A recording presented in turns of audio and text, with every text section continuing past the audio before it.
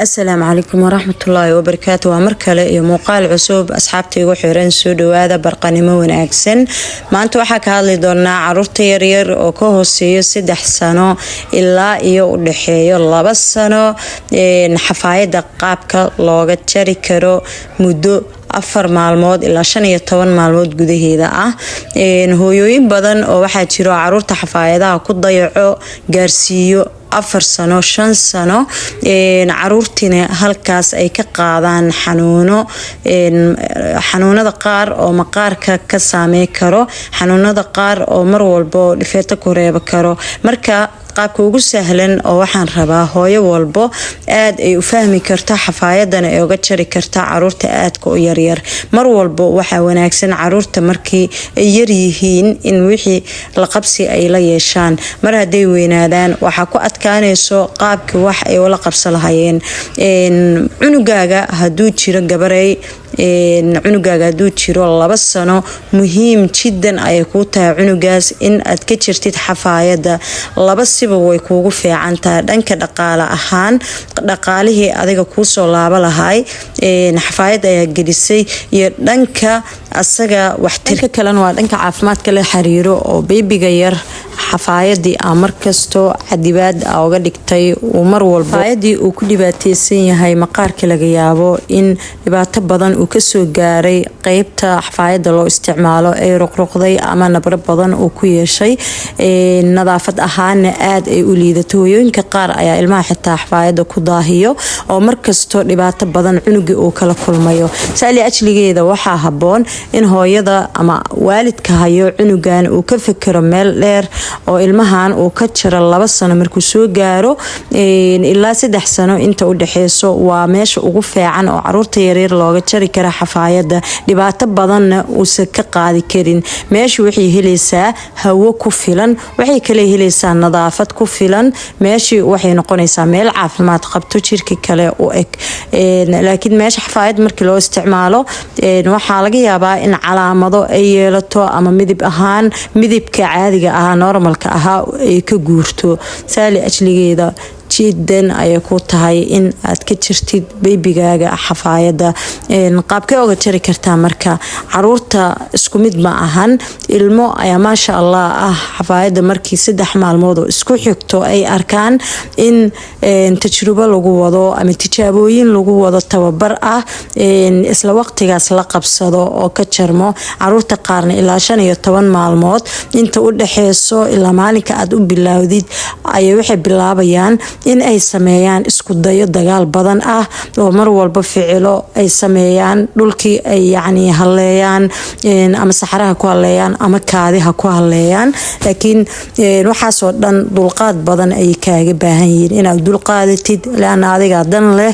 cunugaaga caafimaadkiisa ayaa ka talinaysa adiga dan leh. dulqaad badan sameey. tuuji ku munaasab ah waasac ah u raadi, u soo gad, u dhig meel uu u jeedi karo. markasto aad isdhihi kartid kaadi ama saxaro ayaa qabaneedo wad soo kaadshay 1 saac ilaa 2 saac inta u dhaxeyso wad kaadshay ku dhiirigeli. u sheeg inuu fiican yahay xafaayada eber inay tahay in aysan wax fiican ahayn. u sheeg ilmaha way qaadanayaan caqli ay leeyihiin. xafaayadan gabi ahaanba ka qari oo meel uusan ka arki karin uga qari ha u xirin. maalinkii oo dhan buuma yar ama kastooma yar u geli xaafadaha ku joogo. waqti walba ama time walba aad isdhihi kartid waqtiga uu saxaro lahaa ama uu kaadi lahaa waaye. saar tuujiga ka dhaq oo ka nadiifi meesha kuna dhiirigeli babygaaga in tuujiga uu koro adigoo ka tusaale qaadanayo caruur kale oo asaga wax yar karoon hadii joogaan.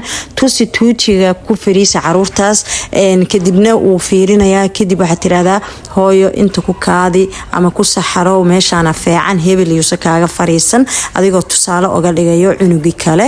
saa wuxuu ku qaadanayaa dhiirigelin oo ah ilmihii kale inuu arkayo tuujiga inay ku fariisanayaan markii ay wax wax qabtaan. heer wuxuu gaarayaa uu asaga ismaamulo after 15 maalmood kadib uu cunugii uu aado tuujigii kaada haday qabato uu ordayo tuujigu fariisanayo haday wax yar dhulka ay uga baxsato iska nadiifi meesha ha dhibsanin waayo dulqaad badan ayaa lagaaga baahan yahay. tarabiyo markii laga sugayo ilmihii wax shay inaad bartid oo ay ku tarabiyeysid qof dhan oo adduunka ku soo biiray waaye. qofkan marka wuxuu u baahan yahay cunugan yar markuu yar yahay tarabiyo aad u sareyso in waalidiinta ama qofka marka gacanta ku hayo uu siiyo si cunugii dhiirigelin badan uu u dareemo koriimo fiican uu u koro wax walba uu qaldo si tartiib ah loogu sheego waxaan inay qalad yihiin la tuso meesha fiican in wax laga soxo adigoo dil iyo qaylo iyo wax kaleeta aadan u geysan.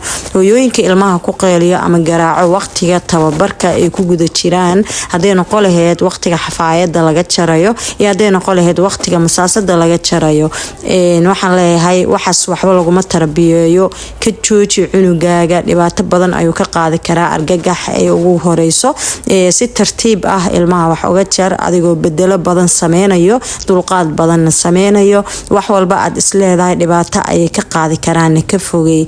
waqtiga ugu fiican oo laga jari karo xafaayada ilmaha waa 2 sano ilaa 3 sano inta u dhaxeyso aad waqtigaas ugu wacan cunugiina caafimaad ahaan ugu fiican. hooyada marka waa in ay muujidaa dulqaad aad u badan sababtoo ah dhibaatooyin badan ayaa kaaga sokeeyo. waxa laga yaabaa baybigi inuu dhulka ku saxaroodo ama uu ku kaadiyo adigina aad xanaaqdid ama aad tiraadid waqti badan ayaan ku geliyay aan ku tababarayay ilaa waa in aad muujidid dadaal badan dulqaad badan oo isgarab socdo wax walba wixii u dadaal lagu daray dulqaad markaas waa ka gulkeeni kartaa wixii marka aragtay oo waqtiga badan iyo juudiga badan aad ku bixisay. hooyooyinka waa in ay muujiyaan intaas haday muujiyaan way ka jiba gaari doonaan. ilmaha habeenkii ku soo har waqtiga habeenkii xafaayad ha u xirin maxaa yeelay habeenkii hadaa u xirtid xafaayad waxay noqonaysaa in uu la qabsado xafaayad maalinkiina aadan ka jari karin. mar walba isku day habeenkii 3 mar ilaa iyo 2 goor inaad u soo kacdid oo markasto ay kugu jirto jadwalkaaga ilaa 4 maalmood 15 maalmood inta u dhaxeyso waa in aad ogaatid jadwalkaas aad cunugaaga u dejisay in aad meel cidla ah aad ku dayicin si uu uga joogsado kaadida. hadii kale waxay noqon doontaa in cunugaas aad ka jari karin wax xafaayad ah haba yaraatee. ilmaha mar walba markii loo sameeyo jadwal saxsan waxa suuroobayo jadwalkaas u dejisay in inta badan ay raacaan la qabsi ayayna jirkooda ayay u baahan yihiin. mar walba jadwal saxsan barsi markasto jadwalkaaga uu kugu tooso adigana uu ku noqdo mid aad ku faraxdid tacabkii aad gashay uu ka noqon mid aad ku khasaarooday. waxaan rajeynayaa hooyo walba in qodobadan aan u soo sheegay si aad ah dhigaha ay ugu dhigato kadibna intifaac badan ay ka hesho sababtoo ah waxaan ogahay wax badan inaad ka faa'iidi doontid haduu Ilaahay idmo.